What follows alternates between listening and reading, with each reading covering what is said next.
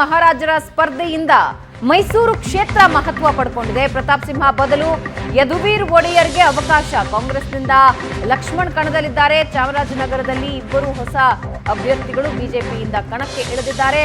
ಸದ್ಯಕ್ಕೆ ಮೈಸೂರು ಅಖಾಡ ಕುತೂಹಲ ಮೂಡಿಸ್ತಾ ಇದೆ. ಇನ್ನು ಚಾಮರಾಜನಗರದಲ್ಲಿ ಬಾಲರಾಜ್ ಮತ್ತು ಕಾಂಗ್ರೆಸ್ನಿಂದ ಸಚಿವ ಮಹದೇವಪ್ಪ ಪುತ್ರ ಸುನಿಲ್ ಬೋಸ್ ಕಣದಲ್ಲಿದ್ದಾರೆ.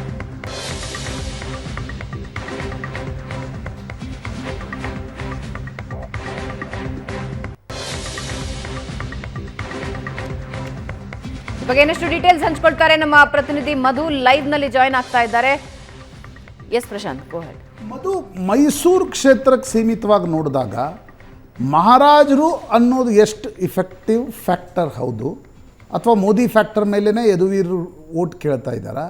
ಸಿದ್ದರಾಮಯ್ಯ ಅವರ ಒಂದು ಪ್ರತಿಷ್ಠೆ ಅನ್ನುವ ಕಾರಣದಿಂದ ಕಾಂಗ್ರೆಸ್ ಎಷ್ಟು ಗೇರ್ಡಪ್ ಇದೆ?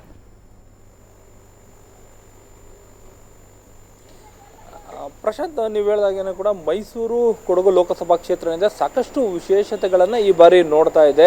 ಕಳೆದೆರಡು ಬಾರಿಯಿಂದ ಜಾತಿ ರಾಜಕಾರಣದಲ್ಲೇ ಈ ಒಂದು ಕ್ಷೇತ್ರವನ್ನು ನೋಡ್ತಾ ಇದ್ವು. ಆದರೆ ಈ ಬಾರಿ ಒಂದಷ್ಟು ಬದಲಾವಣೆಗಳನ್ನು ನೋಡಬೇಕು.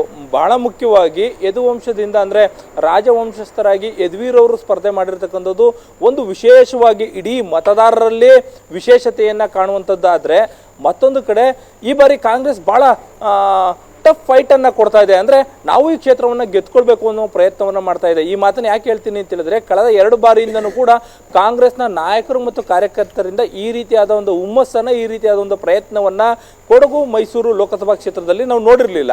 ಆದರೆ ಈಗ ನೀವು ಹೇಳ್ತಾ ಇದ್ರಿ, ಯದುವೀರ್ ಅವರು ನೇರವಾಗಿ ಮೋದಿಯವರ ಕೈ ಬಲಪಡಿಸಬೇಕು ಅಂತ ಹೇಳಿ ಮತವನ್ನು ಕೇಳ್ತಾ ಇದ್ರು ಕೂಡ ಇಡೀ ಕ್ಷೇತ್ರದಲ್ಲಿ ರಾಜವಂಶಸ್ಥರೊಬ್ಬರು ಮತವನ್ನು ಕೇಳ್ತಾ ಇದ್ದಾರೆ, ಅವರೊಬ್ಬರು ಸ್ಪರ್ಧೆಯನ್ನು ಮಾಡಿದ್ದಾರೆ ಅನ್ನೋ ಒಂದು ವಿಚಾರವೇ ಕೂಡ ಮುನ್ನೆಲೆಗೆ ಬರುತ್ತೆ. ಇಲ್ಲಿ 2 ವಿಚಾರ. ಯದುವೀರ್ ಅವರು ಅರಮನೆಯಿಂದ ಕೆಳಗೆ ಬಂದಂಥವ್ರು ಜನರ ಮಧ್ಯಕ್ಕೆ ಹೋಗ್ತಾರಾ ಅನ್ನೋ ಒಂದು ಪ್ರಶ್ನೆ ಇತ್ತು. ಆ ಪ್ರಶ್ನೆಗೆ ಯದುವೀರ್ ಅವರು ಆರಂಭದ ದಿನದಿಂದಲೂ ಕೂಡ ಅಟ್ ಪ್ರೆಸೆಂಟ್ ವರೆಗೂ ಕೂಡ ಉತ್ತರವನ್ನ ಕೊಟ್ಟಿದ್ದಾರೆ. ಮಧು, ಸಮಯ ತುಂಬಾ ಇದೆ, ಸಾರಿ ಮಧು, ಸಮಯ ತುಂಬಾ ಸಾರಿ ಇದೆ. ನನಗೊಂದು 10 ಸೆಕೆಂಡ್ನ ಉತ್ತರ. ಎಷ್ಟು ಅಂತರದಲ್ಲಿ ಮೈಸೂರಿನ ಸೀಟ್ ಡಿಸೈಡ್ ಆಗತ್ತೆ? ಎಷ್ಟು ಅಂತರದಲ್ಲಿ ಡಿಸೈಡ್ ಆಗತ್ತೆ?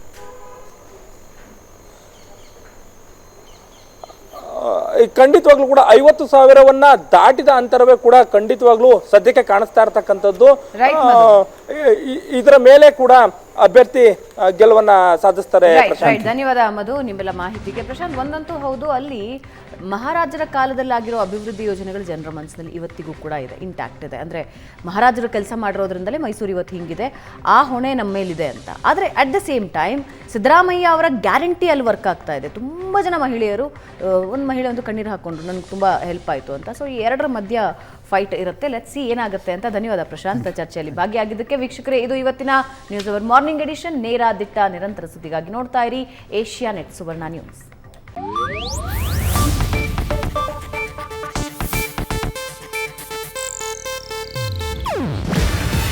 ಇದು ಏಷ್ಯಾನೆಟ್ ನ್ಯೂಸ್ ನೆಟ್ವರ್ಕ್ ಪ್ರಸ್ತುತಿ. ನೀವು ನೋಡ್ತಿದ್ದೀರಾ ಏಷ್ಯಾನೆಟ್ ಸುವರ್ಣ ನ್ಯೂಸ್.